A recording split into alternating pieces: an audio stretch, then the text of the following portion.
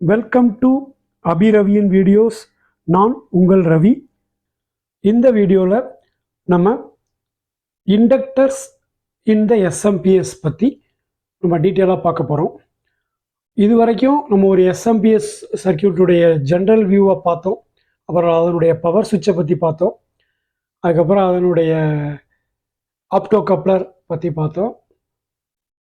Ultra fast ரெக்டிஃபயர்ஸ், அப்புறம் shunt regulator, அதுக்கப்புறம் அதில் பயன்படுகிற தெர்மிஸ்டர்ஸ் பற்றி பார்த்தோம். அப்புறம் வேரிஸ்டர் பற்றி பார்த்தோம். அப்புறம் ரீசெட்டபிள் ஃபியூஸ் பற்றி பார்த்தோம். அதாவது நம்ம ஒரு எஸ்எம்பிஎஸ் பவர் சப்ளையை பிரித்து மேய்ஞ்சிக்கிட்டு இருக்கிறோம் கிட்டத்தட்ட. ஏன்னா ஒரு பவர் சப்ளை தான் ஒரு எலக்ட்ரானிக் சிஸ்டத்துடைய முக்கியமான பகுதி. பவர் சப்ளை ஒழுங்காக இருந்தாலே அந்த எலக்ட்ரானிக் எக்யூப்மெண்ட் எந்த விதமான பிரச்சனையும் இல்லாமல் ஒர்க் பண்ணும். அதனால் நம்ம ஒரு எஸ்எம்பிஎஸோடைய காம்போனன்ட்ஸுக்கு இவ்வளவு முக்கியத்துவம் கொடுத்து ஒன்று ஒன்றா பார்த்துட்டு இருக்கிறோம். இந்த வீடியோவில் நம்ம இண்டக்டர்ஸ் இந்த எஸ்எம்பிஎஸ் பற்றி டீட்டெயிலாக பார்க்க போகிறோம். முதல்ல வாட் இஸ் அன் இண்டக்டர் அப்படின்னு பார்ப்போம். இண்டக்டருங்கிறது ஒரு பாசிவ் எலக்ட்ரிக்கல் காம்போனன்ட், அதாவது ஒரு செயலற்ற ஒரு அசைவற்ற எலக்ட்ரிக்கல் காம்போனண்ட்டாக இருக்கிறது. அது என்ன பண்ணுன்னா எனர்ஜியை ஸ்டோர் பண்ணி, என்ன ஃபார்மில் ஸ்டோர் பண்ணோம்னா மேக்னெட்டிக் ஃபீல்டு ஃபார்மில் எனர்ஜியை ஸ்டோர் பண்ணி லைனுக்கு தேவைப்படுறப்ப திருப்பி கொடுக்கும். அதான் ஒரு இண்டக்டர்ஸ் உடைய வேலை. ஒரு இண்டக்டருக்கும் ஒரு கெப்பாசிட்டருக்கும் என்ன வித்தியாசம் அப்படின்னு சொல்லி பார்க்கலாம். இண்டக்டர்ஸ் எனர்ஜியை ஸ்டோர் பண்ணுது, கெப்பாசிட்டரும் எனர்ஜி தான் ஸ்டோர் பண்ணுது, நமக்கு நல்லா தெரியும். இண்டக்டர்ஸ் எப்படி ஸ்டோர் பண்ணுதுன்னா, இண்டக்டர்ஸ் மேக்னெட்டிக் ஃபீல்டு ஃபார்மில் ஸ்டோர் பண்ணும். அதே இது கெப்பாசிட்டர் எலக்ட்ரிக் ஃபீல்டு ஃபார்மில் எனர்ஜியை ஸ்டோர் பண்ணும். இதான் அந்த ரெண்டு கடையில் உள்ள வித்தியாசம். சரி, இப்போ இந்த இண்டக்டர்ஸ் எஸ்எம்பிஎஸில் காமனாக பயன்படுத்தப்படுகிறது, நமக்கெல்லாம் நல்லா தெரியும். ஆனால் இந்த இண்டக்டரை யாருமே கண்டுக்கிறது இல்லை. ஏன்னா அது ஒரு முக்கியத்துவம் பெறாத ஒரு காம்போனண்ட்டாகவே எஸ்எம்பிஎஸில் இருக்கும். ஏன்னா அதில் பார்ட் நம்பர் இருக்காது. எஸ்எம்பிஎஸில் உள்ள பவர் சுவிட்சு, அதனுடைய ரெக்டிஃபயர், அதனுடைய ஆப்டோ கப்ளர், அதனுடைய அந்த ஷண்ட் ரெகுலேட்டர், இதை மாதிரி காம்போனன்ட்ஸுக்கெல்லாம் இருக்கிற அளவுக்கு முக்கியத்துவம் அந்த இண்டக்டர்ஸுக்கு இருக்க மாதிரி தெரியாது. ஆனால் அதுவும் அந்த ஒரு எஸ்எம்பிஎஸில் முக்கியமான வேலையை பார்த்துட்டு இருக்கு. அது என்ன வேலை, எதற்காக இண்டக்டர்ஸ் எஸ்எம்பிஎஸில் பயன்படுத்தப்படுகிறது அப்படின்னு சொல்லி கேட்டிங்கன்னா, முக்கியமான ரெண்டு கேரக்டரிஸ்டிக்ஸ் அந்த இண்டக்டருக்கு இருக்கிறது. அது என்னென்னு பார்த்தீங்கன்னா, மொதல் கேரக்டர் அந்த இண்டக்டர் வழியாக ஃப்ளோ ஆகக்கூடிய கரண்ட்டு நம்ம இன்ஸ்டன்டேனியஸாக உடனடியாக அதை மாற்ற முடியாது. அது எதற்காகனா, நமக்கு ஒரு உதாரணத்துக்கு நம்மளுடைய ஒரு இண்டக்டரில், அந்த எஸ்எம்பிஎஸில் பயன்படுகிற ஒரு இண்டக்டரில் ஒரு கரண்ட் ரிப்பிள் வருதுன்னு வச்சுருங்க, ஒரு சர்ஜ் வருது, அல்லது சடனாக கரண்ட் இன்க்ரீஸ் ஆகிருக்கு அப்படின்னா, இந்த இண்டக்டருடைய கேரக்டர் என்ன சொன்னோம், அது உடனே அது லைனில் என்ன மாற்றத்தோடு வந்தாலும் அது உடனே மாறாது. அது கொஞ்சம் டைம் எடுக்கும். அதுக்குள்ளே அந்த ரிப்பிளே சப்ரஸ் ஆயிரும். ஸோ இந்த கேரக்டர் ஒரு காரணத்துக்கு இந்த எஸ்எம்பிஎஸில் பயன்படுத்தப்படுகிறது. இரண்டாவது முக்கியமான காரணம் என்னென்னா, நம்ம ஏற்கனவே மேலே பார்த்தோம், இது மேக்னெட்டிக் ஃபீல்டு வடிவில் எனர்ஜியை ஸ்டோர் பண்ணி திருப்பி அந்த சுவிட்ச் ஆஃப் டயத்தில், அந்த எஸ்எம்பிஎஸ் உடைய சுவிட்ச் ஆஃப் டயத்தில் அந்த லைனுக்கு அவுட்புட்டுக்கு கொடுக்குது. ஸோ இந்த ரெண்டு கேரக்டர்னால இந்த இண்டக்டர்ஸ் எஸ்எம்பிஎஸ் அவுட்புட் சைடில் பயன்படுத்தப்படுகிறது. அதனுடைய கோர் பார்த்தீங்கன்னா, அது ஃபெரோ மேக்னெட்டிக் மெட்டீரியலாக இருக்கிறதுனால அதில் உள்ள காயிலும் அந்த கோரும் கம்பைன்டு என்ன பண்ணுதுன்னா, அதனுடைய ரிலக்டன்ஸ்னு ஒரு ரெசிஸ்டன்ஸை உற்பத்தி பண்ணுது. அதில் எப்பெல்லாம் வோல்டேஜ் கரண்ட் ரிப்பிள் வருதோ அப்போல்லாம் என்ன பண்ணுது, இந்த இண்டக்டன்ஸ் ரிலக்டன்ஸை பண்ணுது. அந்த ரிலக்டன்ஸ் காரணமாக என்ன ஆகுதுன்னா, அந்த ரிப்பிள் சப்ரஸ் ஆகி விடுகிறது. ஸோ இப்போ அதுக்கான ஃபார்முலா என்னன்னு பார்த்தீங்கன்னா, அந்த இண்டக்டரில் ட்ராப் ஆகிற voltage V is equal to எல்ங்கிறது என்னென்னா inductance in henry into DI/dt. அது என்ன, rate of change of current. அதாவது கரண்ட்டு நார்மலாக மாற்றமே இல்லாமல் ஸ்மூத்தாக போயிட்டு தான் அந்த இண்டக்டர் எதுவும் பண்ணாது. ஆனால் அந்த கரண்ட்டு எவ்வளவுக்களவு சேஞ்ச் ஆகுதோ ஒரு குறிப்பிட்ட டயத்துக்குள்ள, அதுக்கு தகுந்தால இந்த இண்டக்டர் என்ன பண்ணும், எஃபெக்ட் பண்ணும். அதனுடைய ரிலக்டன்ஸை இன்க்ரீஸ் பண்ணி அந்த கரண்டை கண்ட்ரோல் பண்ணுறதுக்கு ரிலக்ட் பண்ணும். ஸோ இந்த கேரக்டர் தான் என்ன பண்ணுது, ஒரு இண்டக்டரில் ஒரு இண்டக்டரை ஒரு எஸ்எம்பிஎஸ்ஸில் கரண்ட் ரிப்பிள் ஃபில்டராக பயன்படுத்தப்படுவதற்கு உதவியாக இருக்கிறது. இப்போ இந்த படத்தில் பாருங்கள், இதில் ஒரு இண்டக்டர் இருக்குது பார்த்தோம். அந்த இண்டக்டர் வந்து அவுட்புட் சைடில் இருக்குது. அவுட்புட்டில் எப்படி அந்த டிரான்ஸ்ஃபார்மர்லேருந்து வரதை ஒரு அல்ட்ரா ஃபாஸ்ட் ரெக்டிஃபயர்ஸால் ரெக்டிஃபை பண்ணி அதில் ஒரு 1000 MFT கெப்பாசிட்டர் கொடுத்துருக்காங்க. அதுக்கு அடுத்தால பாருங்கள் ஒரு L2 அப்படிங்கிற ஒரு இண்டக்டர் கொடுத்துருக்காங்க.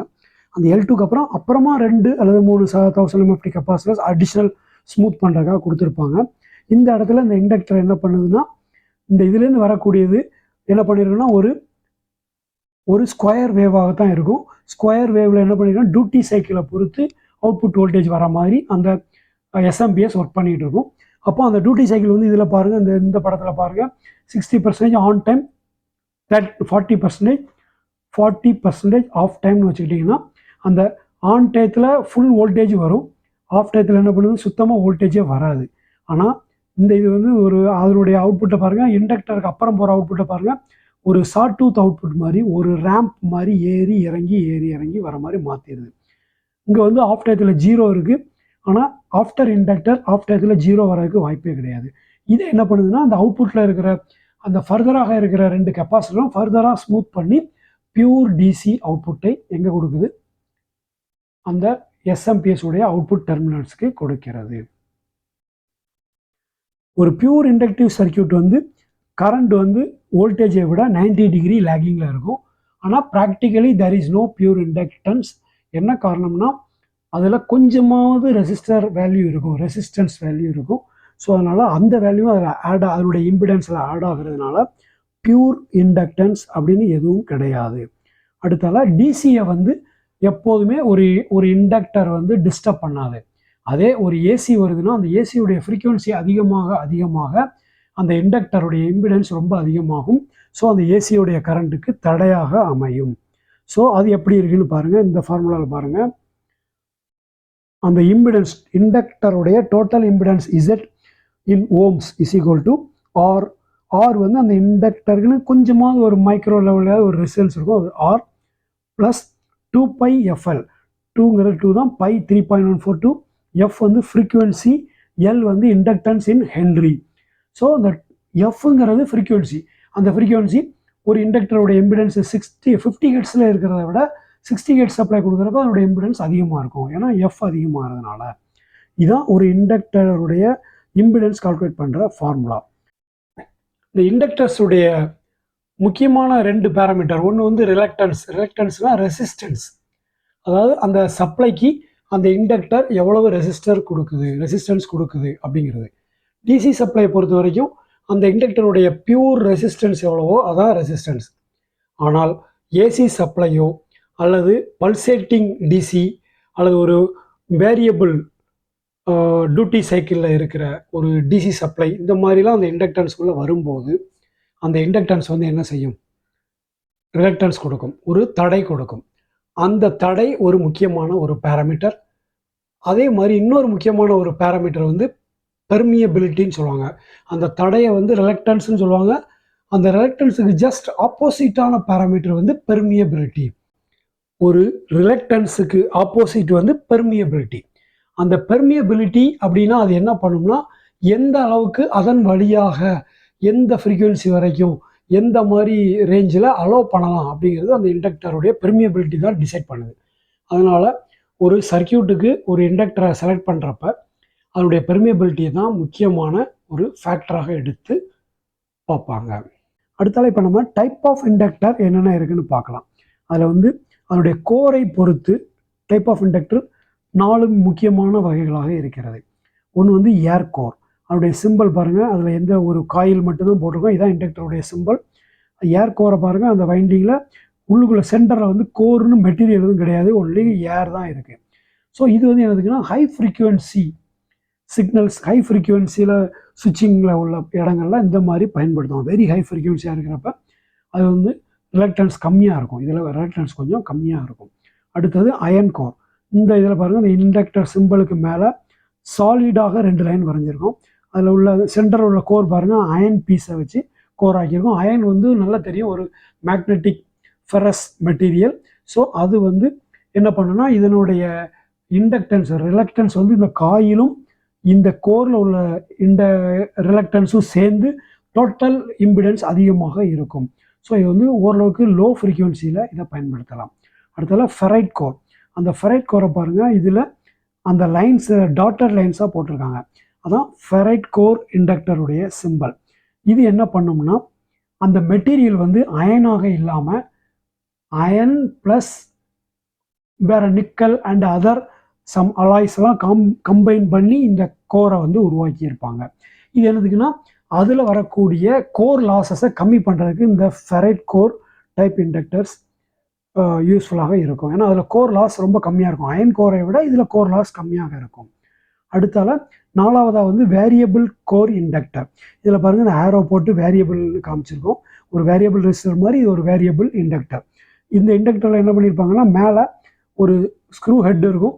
அந்த ஹெட்டை ஒரு டெஸ்ட் பென் வச்சு நம்ம ரொட்டேட் பண்ணுறதன் மூலமாக, சின்ன ஒரு கனெக்டரை வச்சு நம்ம ரொட்டேட் பண்ணுறதன் மூலமாக அந்த கோர் வந்து அந்த இண்டக்டன்ஸ்குள்ளே ஃபுல்லாகவா அல்லது ஆஃப் ஆகவா மாற்றிக்கலாம். அதனுடைய எந்த அளவுக்கு டெப்த்தாக உள்ளே போயிருக்குங்கிறத நம்ம அட்ஜஸ்ட் பண்ணிக்கலாம். அதன் மூலமாக இண்டக்டன்ஸை வேரி பண்ணி கொள்ளலாம்.